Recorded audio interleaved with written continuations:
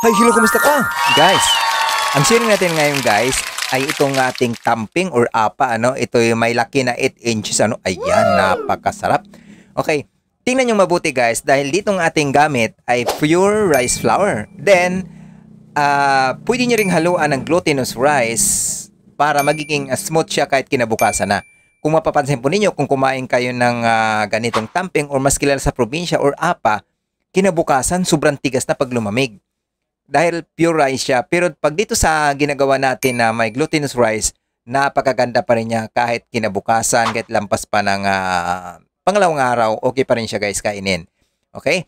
Komplitong-komplito ang ating mga ingredients dito, ano? Kompleto yan, kaya sundan nyo lang mabuti. Hindi ko na binanggit yung iba dahil meron naman tayong nakasukat sa grams, meron din tayo sa cups. Okay? Talagang kumpleto yan. Ito'y pwede nyong pang negosyo, pwede talaga, even sa probinsya talaga, karamihan nito guys. Oo.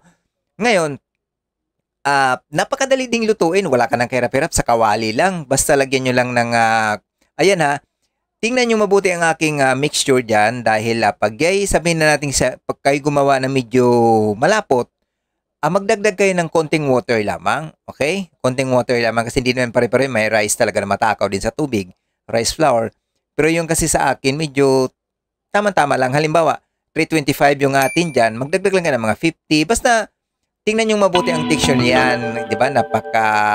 Napaka-labdaw, oo, ganyan. At saka lulutuin lang natin 'yan ng 7 minutes, ano? Okay? 7 minutes lang, balik ta rin lang, okay?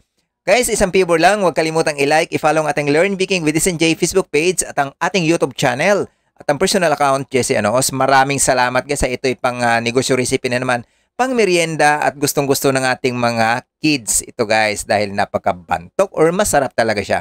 Ayan, hinihiliran na natin. Maraming salamat sa pag-support niyo sa ating mga baking tutorial videos, sa ating mga recipes, sa mga videos sa Reels. Maraming salamat sa inyo guys. God bless sa ating lahat. At huwag nating kalimutan talagang ayan, ating full of recipes. Happy baking!